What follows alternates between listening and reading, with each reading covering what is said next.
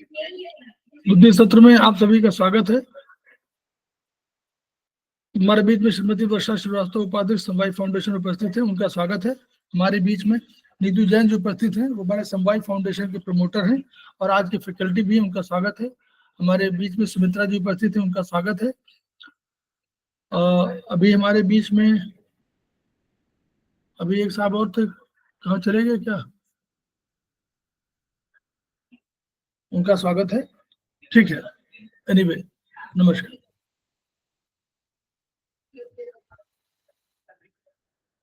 हाँ संजय जी, आपने class join किया क्या? ज्वाइन नहीं किया?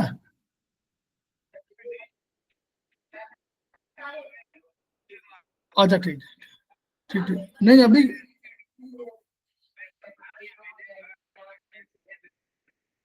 ना ना नहीं, अरे हम उसकी बात समवाय की बात कर रहे हैं, उसमें आपको मैसेज एक अलग से दिया हुआ है ना।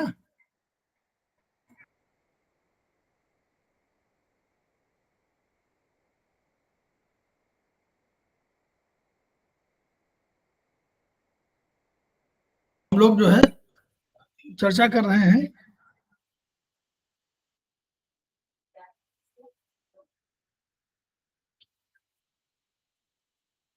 हम लोग चर्चा कर रहे हैं चाइनीज एक्यूप्रेशर की। अभी उसमें चर्चा हुई थी। अब हम लोग बात करने वाले हैं बीएचबी, बेसिक्स ऑफ ह्यूमन बॉडी। तो उस पर चर्चा के लिए सेल जो सबसे स्ट्रक्चर और फंक्शन यूनिट है उस पर चर्चा करेंगे। नीतू मैम, पुनः स्वागत, और मैं शेयर कर दे रहा हूँ। Thank you sir. सर्वप्रथम सर को मेरा प्रणाम और सभी साथियों को मेरा नमस्ते। तो आज हम बीएचपी में सेल के, जैसा कि सर ने बताया, सेल के बारे में पढ़ेंगे, सेल और टिश्यू के बारे में पढ़ेंगे। तो सेल, हम जानते हैं कि हमारा पूरा शरीर सेल से बना हुआ है। बहुत सारे, कई हजार करोड़, 100 ट्रिलियन कोशिकाओं से मिलकर बना हुआ है। तो कोशिकाओं का, सेल का जो कॉन्सेप्ट है हमारा, वो 1830 के आसपास आया था। और इसमें 5 तरह के क्लासिफिकेशन हुए थे हमारे सेल में। तो इसमें सिंगल सेल जो होते हैं वो 3 तरह के हैं। तो 2 तरह के हैं सिंगल सेल। तो उसमें मुनेरा और प्रोटिस्टा, ये सब लैटिन नाम होते हैं, तो ये होते हैं। और मल्टीपल जो सेल हैं उसके क्लासिफिकेशन जब हुए तो 3 नाम और आए। तो फंजाई, प्लेंटी, एनिमेरिया, ये मल्टी सेल वाले हैं। तो फंजाई जो होते हैं, तो वो होते हैं फंगस, फंगस वाले होते हैं, उसको फंगाई कहते हैं। तो प्लेंटी वाले प्लांट्स वाले होते हैं, उनको प्लेंटी बोलते हैं। और एनिमिलिया जो होते हैं वो एनिमल्स वाले, जो हम जिस तरह से मनुष्य वाले हैं, वो भी हम एनिमिलिया की कैटेगरी में आते हैं। तो इस तरह से अलग-अलग ये एक तरह से मोटा-मोटा क्लासिफिकेशन कर दिया। सिंगल सेल जो होते हैं उसमें बैक्टीरिया भी आते हैं।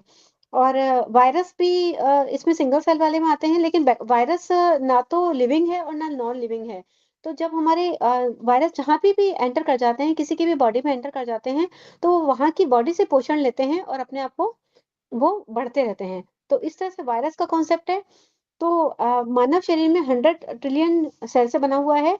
तो साइंस में हम जानते हैं कि सबसे पहले सेल से हमारा बनता है टिश्यू, टिश्यू से ऑर्गन, ऑर्गन से हमारा सिस्टम और सिस्टम से हमारी बॉडी। तो ये साइंस का ये सिस्टम है। लेकिन अगर हम एक तरह दूसरी तरह से हमारे उसमें सोचते हैं तो ये उल्टी तरह से है। लेकिन अभी हम साइंस में देखेंगे तो उसका यही इसका एक सीरियल वाइज देखेंगे तो सेल से टिश्यू, टिश्यू से ऑर्गन, ऑर्गन से सिस्टम बनता है। जैसे सिस्टम कई तरह के सिस्टम्स, जैसे हमारा रिप्रोडक्टिव सिस्टम होता है, हमारा रेस्पिरेटरी सिस्टम होता है, डाइजेस्टिव सिस्टम होता है। इस तरह से बहुत सारे सिस्टम जब मिलते हैं तो हमारी बॉडी बनती है। तो सेल क्या होता है, जो हम करते हैं वही हमारा सेल करता है। सेल सेम होता है, जैसे हमारी बॉडी, एक सिंगल सेल की भी वही काम है जो हमारी बॉडी के काम है। तो सेल जो होता है हमारा, एक जो सेल के हमारे कई गुण होते हैं।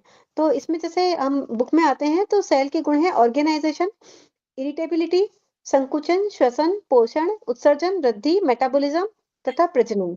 ये हमारे सेल के काम हैं। तो सेल के गुण हैं। तो ऑर्गेनाइजेशन, जैसे ऑर्गेनाइजेशन हम जानते हैं कि जैसे हमारे एक सोसाइटी में भी ऑर्गेनाइजेशन होता है, मुखिया होता है, एक मुखिया होता है। वो जब कोई काम बताता है तो सारे उस काम को मानते हैं। जैसे आस-पास के एक मुखिया हैं, वो जैसा बताते हैं वो करता है। तो एक एक ऑर्गेनाइजेशन से करते हैं, बाकी सब मेंबर्स उसका कहना मानते हैं, वो जो कैसा कहता है उसको उसके जैसा-जैसा वो कहता है काम बाँटता है, जैसा वो कहता है वो सब काम करते हैं, तो उसे ऑर्गेनाइज़ेशन बोलते हैं। इरिटेबिलिटी मतलब रिएक्शन करना, यानी कि जैसे कि मान लीजिए किसी ने थप्पड़ मारा या किसी ने हमको परेशान किया, कुछ भी छुआ, कुछ किया, तो हम एकदम से रिएक्शन करते हैं, या तो हम भागते हैं या हम चिल्लाते हैं या हम कोई भी रिएक्शन देते हैं तो उसको, तो ये रिएक्शन को इरिटेबिलिटी कहते हैं। फिर थर्ड है हमारा संकुचन, संकुचन मतलब कॉन्ट्रैक्शन। तो कॉन्ट्रैक्शन मतलब एक तो जिस तरह से मौसम बदलता है, तो सर्दी होती है तो सर्दी में हम सिकुड़ के सो जाते हैं और गर्मी होती है तो हम पाँव को फैला-फैला के सोते हैं। तो इस तरह से कॉन्ट्रैक्शन होता है। जैसे कि कोई पक्षी होगा, पक्षी को अगर कोई एकदम से छुएँगे, जैसे हम भी किसी पक्षी को एकदम छुएँ, तो एकदम सिकुड़ जाता है, वो अपने को बचाव करता है, तो उसे कॉन्ट्रैक्शन कहते हैं। श्वसन, श्वसन का गुण हो गया हमें, जैसे हमें भोजन से हमें ऊर्जा मिलती है, तो ऊर्जा का हम हमारी उसमें कॉन्सेप्ट है ऊर्जा का। तो ऊर्जा के लिए हम ऑक्सीजन लेते हैं और ऊर्जा बनती है। तो माइटोकॉन्ड्रिया में हम एक क्रेब साइकिल चलता है। तो क्रेब साइकिल में क्या होता है, एक तो रियल प्रोडक्ट बनता है, एक बाय प्रोडक्ट बनता है और एक वेस्ट बनता है। तो ये एक साइकिल होता है, तो जो ऊर्जा हमारी 7 कैलोरी के रूप में बनती है, जिसको एटीपी अणु के रूप में हम बताते हैं कि एटीपी अणु के रूप में बनती है। तो इसे हम एडेनिल ट्राइफॉस्फेट की इसे हम करेंसी इसकी करेंसी होती है ये, उसे हम एडेनिल ट्राइफॉस्फेट एटीपी अणु मतलब एडेनिल ट्राइफॉस्फेट कह सकते हैं। फिर दूसरी जो कार्बन डाइऑक्साइड होती है, वो वेस्ट के रूप में बाहर निकल जाती है। फिर तीसरा एक पानी होता है, जल, है H2O पानी, वो हमारा बाय प्रोडक्ट शरीर में आवश्यकता अनुसार हमारे काम में हम ले लेते हैं। फिर नेक्स्ट है हमारा पोषण। तो पोषण पोषण ये जैसे श्वसन करते हैं वैसे पोषण, हम कुछ भी खाते हैं, पीते हैं तो पोषण मिलता है, उसी से हमें ऊर्जा मिलती है। तो पोषण से हमें ऊर्जा मिलेगी, ये पोषण का काम हो गया, गुण हो गया। नेक्स्ट है उत्सर्जन। उत्सर्जन हमारा वेस्ट के रूप में बाहर निकल जाता है। तो जैसे जो भी हम खाते हैं तो कई बार हमारी स्किन से भी वेस्ट निकलता है, हमारे कई सिस्टम से भी वेस्ट निकलता है, तो वो वेस्ट निकलने को बोलते हैं उत्सर्जन। फिर है वृद्धि। वृद्धि जैसे जाइगोट होता है, तो जाइगोट एक सिंगल सेल होता है, तो उसमें वो मल्टीपल होता रहता है, बढ़ता रहता है। तो जब बढ़ता है तो उससे बहुत सारे, हमारा शरीर जाइगोट से बना होता है, तो बढ़ता रहता है, उसे ही वृद्धि कहते हैं। तो जब बढ़ता है तो उसे वृद्धि, ग्रोथ कहेंगे। मेटाबॉलिज्म, मेटाबॉलिज्म मतलब श्वसन पोषण से मेटाबॉलिज्म होता है। हमारी बॉडी जो होती है वो बड़े अणु को लेकर आवश्यकता अनुसार उसको तोड़ती है, और अगर कुछ ऐड करना होता है तो उसमें कुछ ऐड भी करती है, और फिर उसको ऐड करने के बाद में नई चीज़ जो बनती है उसको मेटाबॉलिज्म कहेंगे। तो एक तो कैटाबॉलिज्म हो गया, कैटाबॉलिज्म मतलब ब्रेक करना, किसी भी चीज़ को ब्रेक करना। फिर एनाबॉलिज्म, एनाबॉलिज्म मतलब कोई अगर ज़रूरत होती है तो हम उसमें कुछ ऐड करते हैं। तो उन दोनों को मिला के मेटाबॉलिज्म बनता है। मेटाबॉलिज्म मतलब चया अपचय। तो चय अपचय को मेटाबॉलिज्म कहेंगे। फिर है प्रजनन। प्रजनन जैसे कि अपने ही जैसा कोई अपने ही जैसा पैदा करना, अपने ही जैसा उत्पन्न करना। जैसे कि हम और पशु या पशु-पक्षी, ये सब हैं, हम अपने ही जैसी एक जाति उत्पन्न करना चाहते हैं, तो उसे प्रजनन कहेंगे। तो इस तरह से ये सेल के गुण हो गए। अब कुछ कोशिकाएँ होती हैं, शरीर की आवश्यकता अनुसार विशेष कार्य करने हेतु अपने को अनुकूल कर लेती है। जैसे कि मान लीजिए कि अलग-अलग कोशिकाएँ होती हैं, वो अलग-अलग तरह का उनको काम मिला होता है, अलग-अलग तरह के काम में ही वो लगी रहती हैं।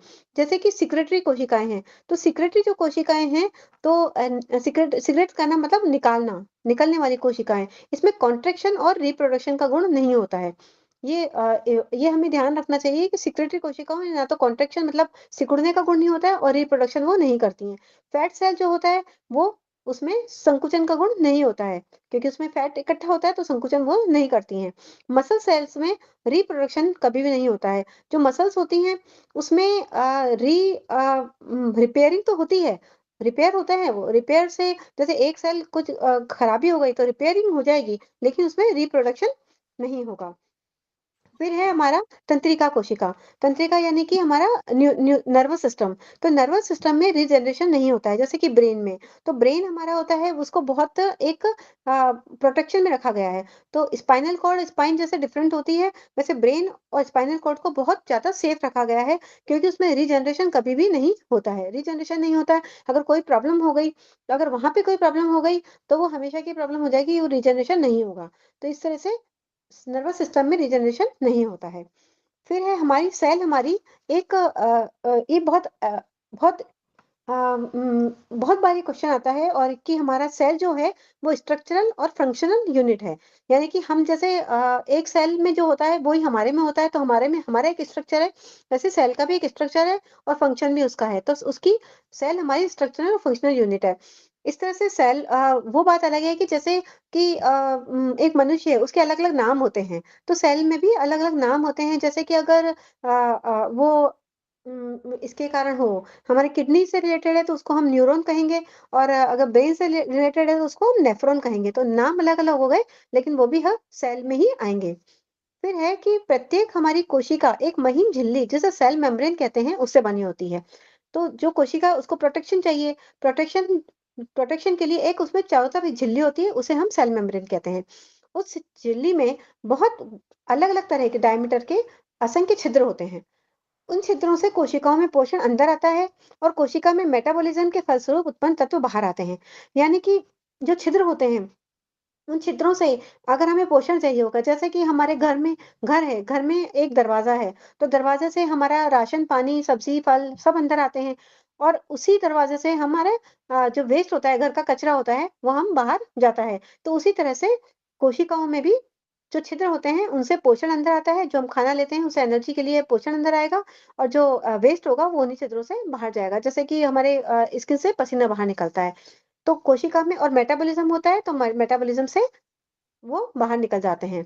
सेल मेम्ब्रेन के अंदर का स्थान साइटोप्लाज्म से भरा होता है। साइटो का मतलब होता है सेल और प्लाज्म का मतलब होता है एक गाढ़ा चिपचिपा सा पदार्थ होता है, जो कंसंट्रेटेड होता है, पानी से ज़्यादा कंसंट्रेट होता है। तो उसे साइटोप्लाज्म कहते हैं। जो सेल के अंदर होता है, वो साइटोप्लाज्म होता है। तो उसके अंदर वो एक साइटोप्लाज्म से भरा होता है, मतलब साइटोप्लाज्म का कार्य जो होता है, वो सुरक्षा देना होता है। तो इससे भरा होता है, इसमें निम्न अंगक मौजूद उसको अंगक को ऑर्गेनेल्स बोलते हैं, ऑर्गेनेल्स। तो उसको वो उसमें मौजूद होते हैं। तो सबसे पहला है हमारा केंद्रक। तो केंद्रक को हम मुखिया कहते हैं। जैसे हमारे घर में एक मुखिया होता है जो सारा कंट्रोल करता है, तो उसे केंद्रक न्यूक्लियस कहेंगे। तो न्यूक्लियस जो होता है ये हमारे कोशिका का प्राण कहेंगे, मुखिया कहेंगे, जो डीएनए और आरएनए का बना होता है।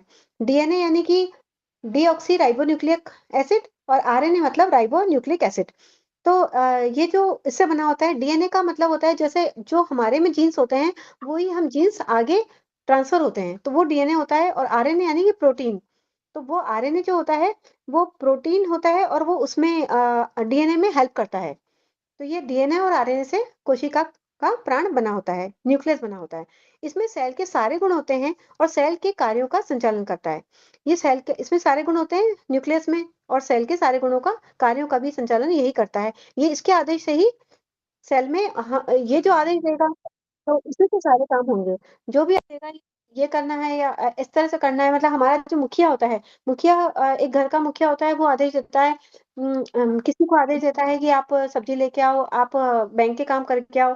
तो इसी तरह से सेल में उसका जो मुखिया होता है वो केंद्रक होता है, न्यूक्लियस होता है, उसी के आदेश से सारे काम होते हैं, प्रारंभ भी होते हैं और समाप्त भी होते हैं और सेल में इनका विभाजन भी अलग-अलग तरह से होता है।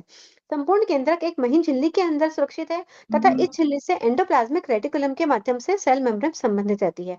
अब क्या है कि हमारा जो न्यूक्लियस है, न्यूक्लियस के चारों तरफ एक हमारा एक झिल्ली से वो सेफ रहता है और उसके झिल्ली से और उसके वो तो हमारा हो गया एक झिल्ली से सेफ हो गया और एक एंडोप्लाज्मिक रेटिकुलम होता है, उससे हमारी सेल में बाहर की मेम्ब्रेन, सेल की बाहर की मेम्ब्रेन और सेल के अंदर की मेम्ब्रेन, वो दोनों संबंधित रखती है। मतलब कि एक ब्रिज हो गया एंडोप्लाज्मिक में, मतलब उसका जो अंदर वाली है हमारी जो अंदर की महीन झिल्ली है, जो न्यूक्लियस के चारों तरफ है, उसका ध्यान बाहर की तरफ भी है कि बाहर भी मेरा काम है। तो वो उससे एंडोप्लाज्मिक रेटिकुलम के माध्यम से वो सेल मेम्ब्रेन संबंध रखती है, उसका रिलेशन होता है। फिर है हमारा माइटोकॉन्ड्रिया। माइटोकॉन्ड्रिया को हम बिजली घर बोलते हैं। तो जितनी आवश्यकता हो उतनी वो ऊर्जा उत्पन्न करने के लिए माइटोकॉन्ड्रिया काम में लेता है। ये संख्या में अनिश्चित होते हैं, बहुत सारे होते हैं माइटोकॉन्ड्रिया, जितनी ज़रूरत होती है उतने माइटोकॉन्ड्रिया हो सकते हैं। और ये सिर्फ सेल का पावर हाउस कहते हैं, जहाँ पे ग्लूकोज़ को ईंधन को जलाकर ग्लाइकोलाइसिस, लाइसिस मतलब टूटना, जहाँ पे भी लाइसिस आता है उसका मतलब टूटना, ब्रेक होना। तो जो ग्लूकोज़ होता है वो ऑक्सीजन के प्रेजेंस में ऊर्जा उत्पन्न करता है और उस फिर हम उसके लिए वेस्ट निकल जाता है। जैसे हमने देखा कि बाई प्रोडक्ट और वेस्ट निकलता है, उस तरह से वेस्ट निकल जाता है। तो इसमें हम माइटोकॉन्ड्रिया को हम हमेशा ध्यान रखेंगे कि ये पावर हाउस है जिसमें ऊर्जा बनती है। तो ये हमारा एक क्वेश्चन में आता है, तो इसे हमें ध्यान रखना चाहिए। नेक्स्ट है हमारा एंडोप्लाज्मिक रेटिकुलम। तो एंडोप्लाज्मिक रेटिकुलम जो होता है, वो एक केंद्रक से लगे हुए होते हैं। कोशिका का कंकाल बोलते हैं उसे। तो ये संपूर्ण लंबाई में बहुसंख्यक 10 से 20 माइक्रोन डायमीटर के स्ट्रक्चर राइबोसोम धंसे रहते हैं। इसके अंदर क्या होता है, अब हमने ऊर्जा उत्पन्न कर ली, ऊर्जा बन गई, खाना बन गया। अब हमें प्रोटीन चाहिए, तो प्रोटीन किसमें होता है, राइबोसोम प्रोटीन बनाता है। तो इसमें एक रफ और एक स्मूथ, 2 तरह के इसमें एक राइबोसोम धसे हुए रहते हैं। तो इसमें अलग-अलग तरह में प्रोटीन बनता है। रफ में राइबोसोम चिपके होते हैं, जो प्रोटीन में आता है। स्मूथ वाले जो होते हैं, उसमें फैट बनता है। तो ये अलग-अलग तरह का इसमें काम होता है। तो इसे एंडोप्लाज्मिक रेटिकुलम कहते हैं। इसमें माइटोकॉन्ड्रिया की भी फोटो आपने देखी है, तो माइटोकॉन्ड्रिया बना हुआ है। अब हमारा खाना बन गया, प्रोटीन भी बन गया। तो अब हमें हम स्टोर। फोटो और भी दिखा दे क्या? यहाँ जी सर, दिखा दीजिए। जी सर। ये माइटोकॉन्ड्रिया के देखिए, ये माइटोकॉन्ड्रिया की फोटो है। ये क्या है? Golgi Golgi apparatus. एपेंडिक्स। ये जी सर। गोल्गी एपेंडिक्स ये है। बने हुए हैं तो वही दिखा रहे हो, ये ये न्यूक्लियस। न्यूक्लियस।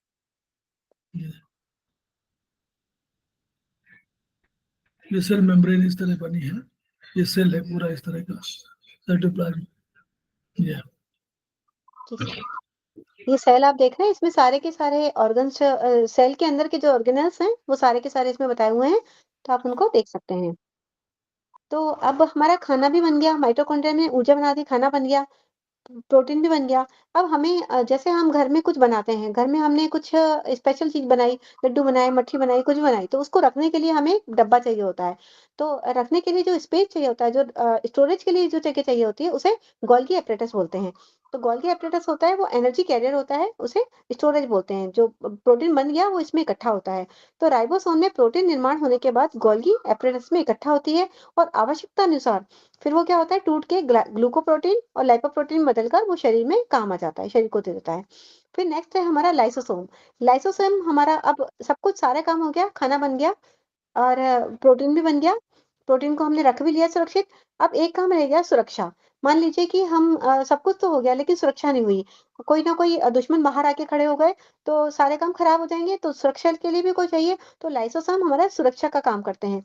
तो इसमें सेल में जिस तरह से हमें कई बार हमारे फ़ोर्स होती है, पुलिस की फ़ोर्स होती है या कोई भी फ़ोर्स होती है, तो ज़रूरत के हिसाब से ज़्यादा भी हो जाती है, कम हो जाती है। उसी तरह से लाइसोसोम, अगर ज़रूरत पड़ती है, ज़्यादा सैनिकों की ज़रूरत पड़ती है, तो बढ़ जाती है, और कम सैनिकों की ज़रूरत पड़ती है, तो घट जाती है।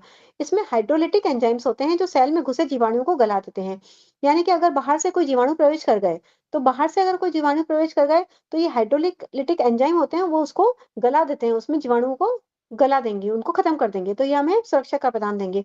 इनका एक और काम होता है, कई बार क्या होता है कि जैसे हमारे घर के अंदर के जो काम, घर के अंदर जो होते हैं, घर के अंदर ही कोई जो काम करने वाले होते हैं, उसी में दुश्मन तैयार हो जाते हैं। तो उन दुश्मनों को कैसे लड़ा जाए? उन दुश्मनों को मारने के लिए ये लाइसोसोम जो होते हैं, ये एक एटम बम होते हैं। तो एटम बम होते हैं, ये क्या करते हैं कि कभी-कभी तो इनको न्यूक्लियस ऑर्डर करता है, और कभी बिना ऑर्डर के भी ये खुद ही फट जाते हैं, और फट के उसको खत्म कर देते हैं, उस सेल को खत्म कर देते हैं, जिससे कि वो जो हमारा दुश्मन है, वो खत्म हो जाए। तो इस तरह से लाइसोसोम हमारे काम करते हैं। फिर अब हम आते हैं नेक्स्ट हमारे टॉपिक पे, टिश्यू, ऊतक। तो ऊतक क्या होते हैं कि जैसे हम देखते हैं कि मान लीजिए कि हम घर में एक मुखिया है।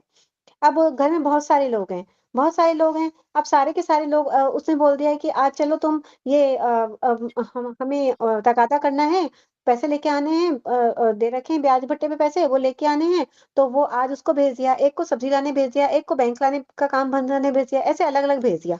अगले दिन जिसको सब बैंक का काम करने भेजा है, उसको आपने पैसे लेने भेज दिया।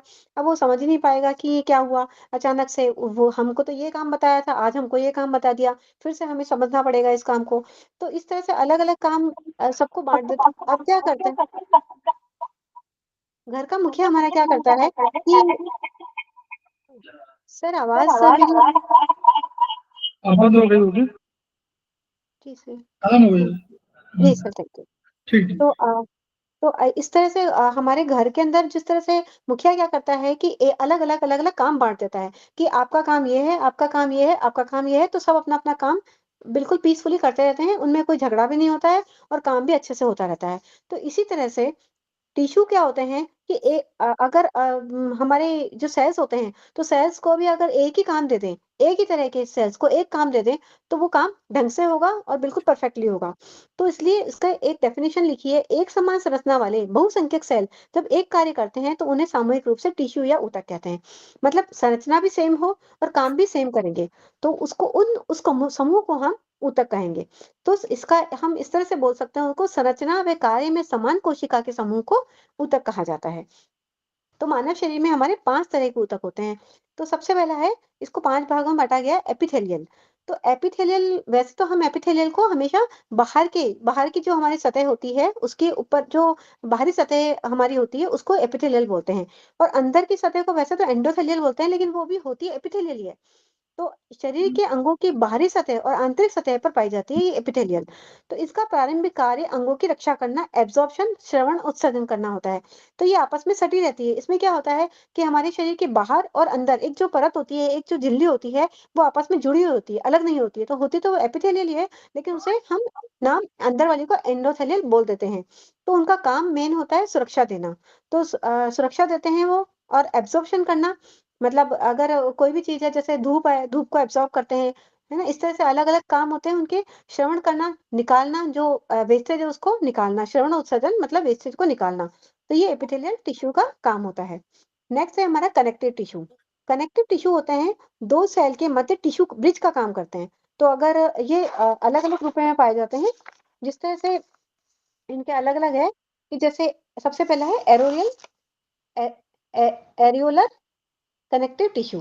ये पैकिंग मटेरियल जैसा काम करते हैं, बाँधने का काम करते हैं। मान लीजिए हमने किसी बुक को कहीं भेजना है और हमने उसको अच्छे से पैक नहीं किया, तो वो बुक के पन्ने फट जाएँगे अगर भेजना है तो। और उसको उसी के हमने अच्छे से बाइंडिंग कर दी, बहुत अच्छे से उसको पैक कर दिया, अच्छे से कवर-ववर चढ़ा के अच्छे से बाँध के भेजा, तो उसका कवर नहीं फटेगा।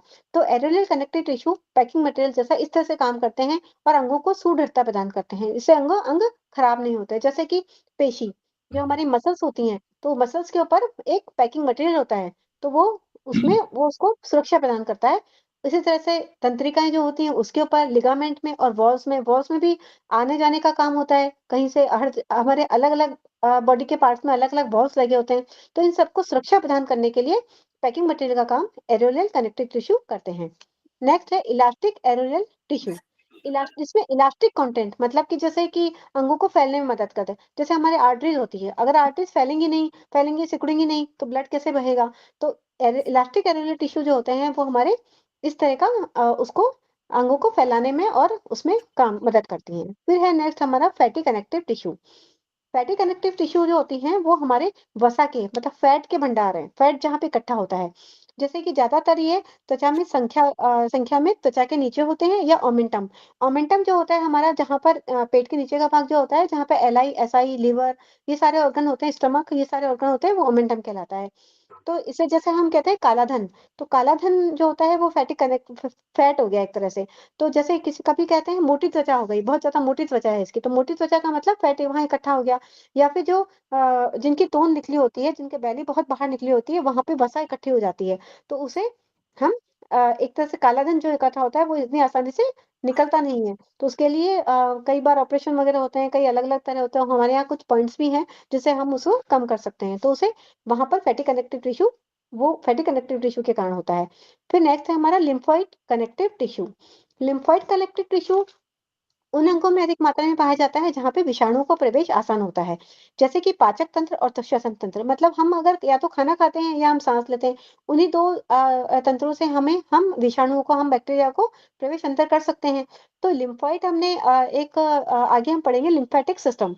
लिम्फेटिक सिस्टम होता है हमारे क्लीनिंग के लिए काम करता है। मतलब अगर कोई बैक्टीरिया आ गए या कुछ विषाक्त टॉक्सिन्स आ गए, उनको निकालने का काम लिम्फेटिक सिस्टम करता है।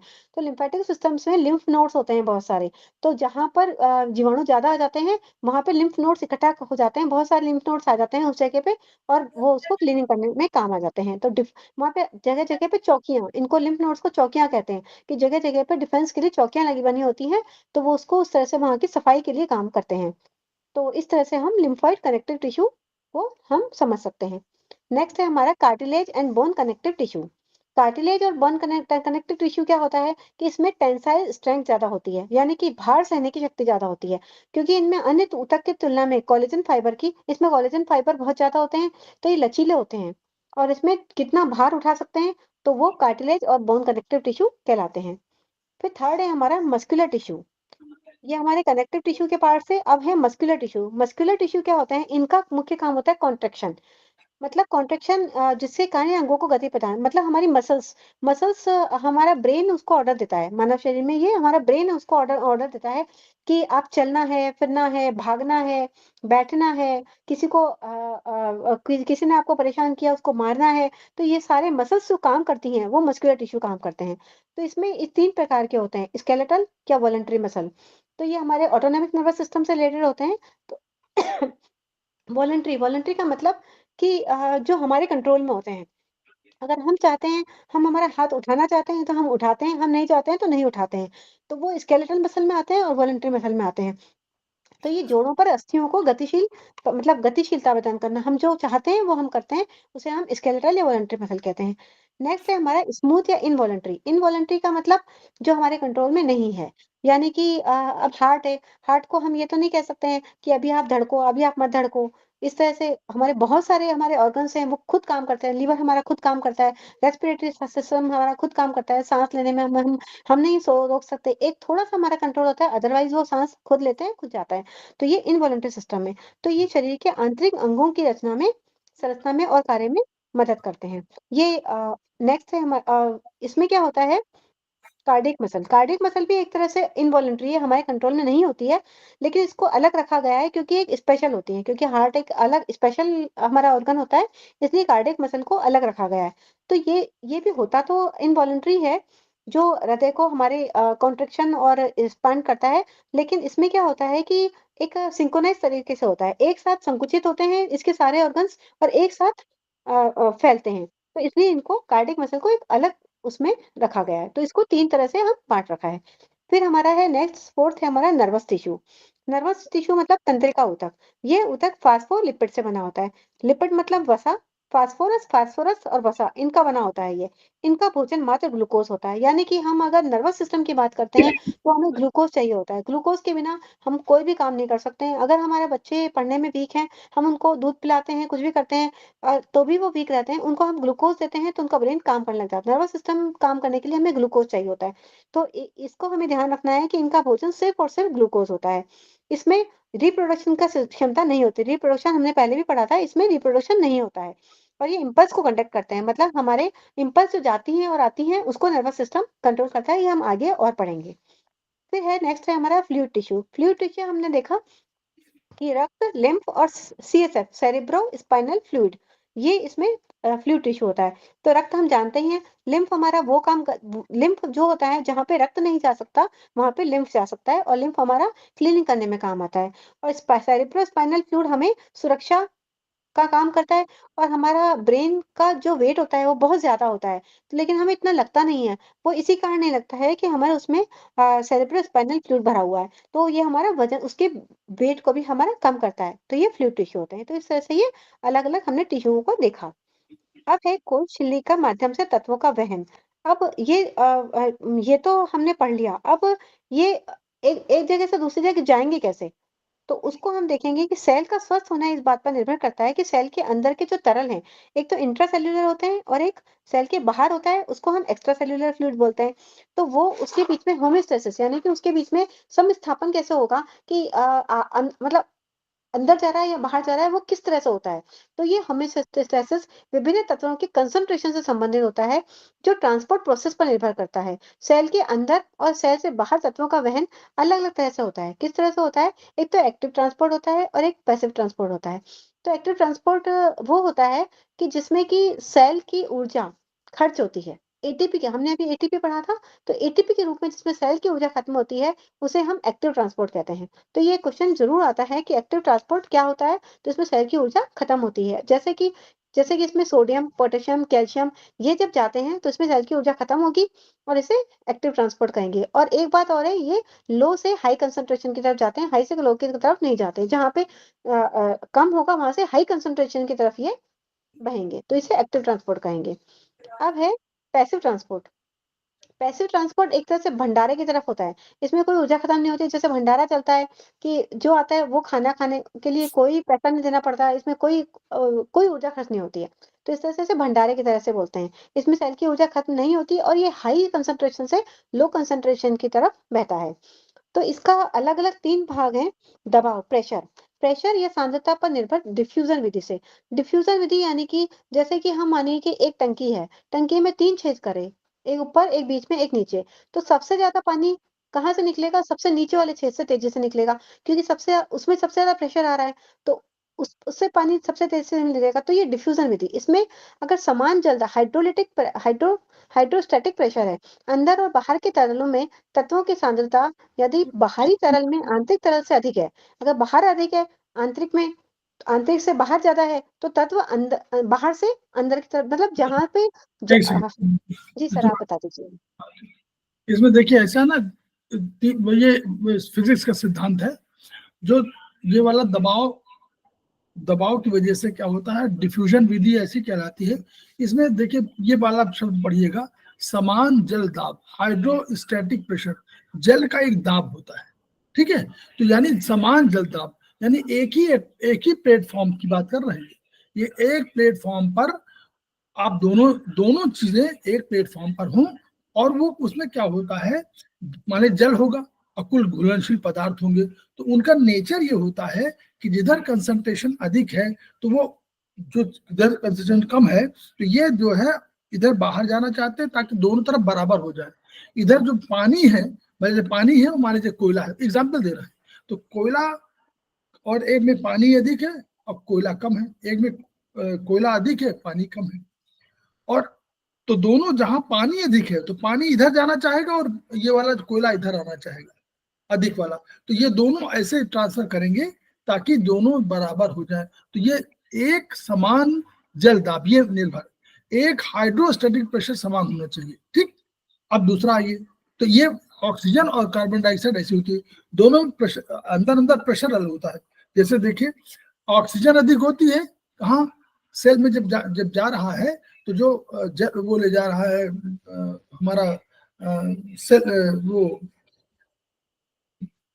रक्त ले जा रहा है ऑक्सीजन, लंग्स में ऑक्सीजन ज्यादा होगी। ऑक्सीजन ले जा रहा है, तो जब ऑक्सीजन ले जा रहा है तो उसके कार्बन डाइऑक्साइड ले जा रहा है तो उसके पास कम है, ऑक्सीजन कम है, और लंग्स में ऑक्सीजन अधिक है, वहां कार्बन डाइऑक्साइड बहुत कम है, तो ऑक्सीजन जो है तुरंत चली जाएगी कार्बन डाइऑक्साइड की ओर और कार्बन डाइऑक्साइड चला जाएगा, तो इसीलिए ऐसे ऐसे ट्रांसफर हो जाएगा और वो लंग्स के माध्यम से चला जाएगा। ये कंसेप्ट, ये क्योंकि एक ही धरातल पर एक ही ऐसे जुड़ी होती है, उन्हीं में ट्रांसफर हो जाता है, ठीक। दूसरा है फिल्ट्रेशन। इसमें देखिए, फिर लिखिए, पढ़िए, हाइड्रोस्टैटिक प्रेशर डिफरेंस, यानी एक और ऊपर ऐसे होना चाहिए। अगर ये ऊपर नीचे नहीं होगा, देखिए आप चाय छानते हैं तो ऊपर से नीचे डालते हैं ना, अगर ये ना हो तो ये क्योंकि ऊपर का दाब अलग है, नीचे का दाब अलग है, तो हाइड्रोस्टैटिक प्रेशर डिफरेंस के कारण जल और जल में घुलनशील तत्वों का आदान प्रदान होता है। तो किडनी में ऐसे होता है, किडनी में यूरिन ऊपर से नीचे जाती है, फिल्ट्रेशन में होता है, ऊपर से यूं आता है, नीचे चला जाता है, तो यानी एक ही धरातल पर नहीं है बल्कि दो धरातल पर स्थित है, ठीक है। ऐसे CSF होता है, ऐसे में एक्वस ह्यूमर बनता है। तो यहाँ नोट कर लीजिए, केवल पहले वाले में हाइड्रोस्टैटिक प्रेशर समान, दूसरा हाइड्रोस्टैटिक प्रेशर डिफरेंस, ये फिल्ट्रेशन है, फिल्ट्रेशन में डिफरेंस होगा। तीसरा ऑस्मोसिस। ऑस्मोसिस कंसेप्ट ये है कि जो भी किसी भी विलयन माने सॉल्यूशन में दो चीजें होंगी, कुछ घुलनशील पदार्थ घुले होंगे और कुछ होंगे जो सॉल्यूट होगा, उसको घोल रहा होगा। जैसे पानी में चीनी घुली है तो पानी बोलेंगे विलायक जो घोलता है, और पूरे उसको बोलेंगे विलयन, और जो होगा उसको बोलेंगे सॉल्यूट। ये सॉल्यूट है, ये घुल गया है। अब इसमें क्या होता है, ये जो सारा पदार्थ, सारे लोग, जहां पर कोई इस तरह का बना होगा, जैसे हमारे हम रक्त की बात करें तो रक्त हमारा बह रहा होता है, तो उसमें क्या होता है, एक दोनों ये जो घुलनशील पदार्थ है, ये ऑस्मोटिक प्रेशर डिफरेंस, प्रेशर तय करते हैं, ये रोकते हैं। जैसे आप दरवाजे को, मान लीजिए इधर से एक दरवाजा हो आपके यहाँ और उसमें साकल लगी हो, या साकल खोल दी जाए और इधर से 5 आदमी उसको बाहर करे और उधर से 4 आदमी करे, तो जो 4 आदमी करे, मान लीजिए 5 आदमी को ताकत अधिक है तो दरवाजा बंद रहेगा और वो खोल नहीं पाएंगे, और लेकिन उधर वाले अधिक आ जाए, 6 आ जाए तो इसको खोल लेंगे अगर उनकी ताकत अधिक हो। तो ये ऑस्मोसिस क्या होती है, इस सेमी परमेबल, मतलब उसमें परमेबल कर दिया कि आपको कुछ लिमिट कर दिया कि आपको छोटे जाएंगे बड़े नहीं जाएंगे, मान लीजिए छोटे अणु जाएंगे और बड़े अणु जाएंगे, अब ये उन्होंने सेमी परमेबल मेम्ब्रेन बना दिया। लेकिन ये जो इस तरफ का जो विलयन है, मतलब सॉल्यूशन है, वो क्या करेगा, वो उसके सॉल्यूट जो है एक प्रेशर क्रिएट करेंगे कि कोई ना नहीं पावे, उधर वाला क्रिएट करेगा कि इधर कोई ना नहीं पावे, लेकिन जिसमें अंतर होगा वो दूसरे में, एक दूसरे में चला जाएगा। ठीक समझ रहे हैं ना, ये सेमी परमेबल मेंबर होना चाहिए, शर्त ये है। लेकिन ऑस्मोसिस सिस्टम ये है कि एक ऑस्मोटिक प्रेशर डेवलप करता है, वो रोकता है, वो सारे घुलनशील पदार्थ रोकते हैं। रक्त में हम लोग आगे पढ़ेंगे, रक्त में यही काम जो है, हमारे जो तमाम आपको रक्त में घुले हुए पदार्थ है उनको कहेंगे हम लोग, उसको एल्बुमिन कह सकते हैं, उनको ग्लोबुलिन कह सकते हैं, ये सब काम यही करते हैं, ऑस्मोटिक प्रेशर डेवलप। तो ये वाला ऑस्मोसिस कहलाता है। ये पानी की मात्रा रोकती है लेकिन रोक नहीं पाती, जैसे जल में भीग रही किशमिश, अब किशमिश में है तो अंदर तो नहीं है, बाहर से प्रेशर दे रहा तो बाहर वाला प्रेशर देकर अंदर चला जाए, क्योंकि उधर रोकने के लिए कोई है ही नहीं, वो तो सूखी है, वहां कोई विलायक उस तरह है नहीं, तो वहां प्रेशर नहीं होता, इधर वाला प्रेशर पड़ गया तो पानी चली जाएगा अंदर। तो इस तरह ये। थैंक यू मैडम, बहुत बढ़िया, आपने बहुत डिटेल में पढ़ा दिया। Thank you sir. सर आपसे ही सीखा है सर, जो आपने समझाया था उसी को नहीं, और बताइए, कोई पूछना है? सुमित्रा मैडम, ये बीएचबी इसलिए हम लोग पढ़ाते हैं या पढ़ते हैं कि कंसेप्ट धीरे धीरे इसके भी क्लियर हो जाते हैं, मॉडर्न साइंस को हम लोग समझते हैं और उसके आधार पर हम लोग आगे चल के ट्रीटमेंट में हमको सहायता मिलती है रिपोर्ट्स के आधार पर। तो ये हमारा उसका है, चाइनीज का। यहाँ पे एक्चुअली करंट नहीं है सर, इसलिए मैं दिख नहीं रही। कोई बात नहीं, कोई बात नहीं, मुझे थोड़ी थोड़ी अभी समझ में आ रही है, मतलब थ्योरी थोड़ी थोड़ी अभी समझ में आ रही है, देख रही हूँ। थोड़ा समझने दीजिए, कोई दिक्कत नहीं, यही बड़ा हो जाएगा। जी जी जी। जब थोड़ा समझ में आएगा। पर बहुत ही मतलब सब्जेक्ट बहुत ही डेप्थ है और बहुत ही मतलब वैल्यूएबल है सर, ये सब जानना। मैम हमने इतनी बार सर की रिकॉर्डिंग सुनी है, इतनी बार समझाए, इतने सालों, अब हमें थोड़ा सा समझ में आने लगा है। अगर आपको थोड़ा समझ में आने लगा तो बहुत अच्छी बात है। नहीं उतना नहीं, बस जो सेल्स कैसे काम कर रहे हैं, टिश्यूज कैसे काम कर रहे हैं, ये सब बातें, ये जानना जरूरी है। धीरे धीरे सब समझ में आ जाएगा। आप देखिए, बेसिक वाली हमारे जो है ये स्पेशल क्लासेस के रूप में है, हमारे उसमें जाइएगा आप, सूत्र बाई अरविंद में, तो स्पेशल क्लासेस वाला आपका प्ले लिस्ट में मिलेगा, स्पेशल क्लासेस बीएचबी सेमेस्टर 1, उसको केवल 3 ही 4 अभी हुए हैं, तो ये चौथा है, 5वां है, शायद 5वां है। तो वो उसमें आप उसको पढ़िए और सुनिए, और उसके धीरे धीरे आप उसके अपने नोट्स बना लीजिए, जो अपने नोट्स बनाइए, आपको पढ़ने के धीरे धीरे ये इतना ये आपको पहला है 601 602 है, ये 602 वीडियो है, 602 आज वाला जो हुआ है 602। हाँ, तो ये समझ लीजिए कि वीडियो तो कहा जितना पढ़ना चाहिए उतना पढ़ेंगे आप, सुनेंगे। जी बिल्कुल, जी बिल्कुल। हाँ, तो लेकिन सेमेस्टर 1 को आप कर लीजिए, वीडियो 2-3 बार तो कंपलसरी देखना ही पड़ेगा। जी, आप देखिएगा, उसी से नोट्स बना लीजिए। आपको आप किताब कह रही थी ना, किताब मंगाने के लिए कह रही थी आपसे? जी, किताबें मंगवा लो, मैं मंगवा लूंगी सर।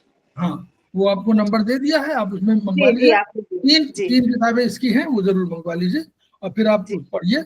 और तब ऐसे हम लोग देखिए अपने ज्ञान को बढ़ाएंगे, वीडियो सुनेंगे, वीडियो को शेयर भी करेंगे, शेयर माने दूसरों को बताएंगे भी कि हम चीजें ऐसी हैं, उससे अपना ज्ञान बढ़ेगा। और अल्टीमेटली हम खेमका सर के सपनों को पूरा करना चाहते हैं। सपने क्या है? Reach one, each one treat one, each one teach one. इन्हीं शब्दों के साथ हम लोग विराम लेते हैं। कल कल कल थैंक तो यू नहीं, सर, दिन बाद थैंक यू मिलेंगे। Sir, thank you ma'am, thank you. Thank you sir, thank you sir, प्रणाम सर, थैंक यू मैम।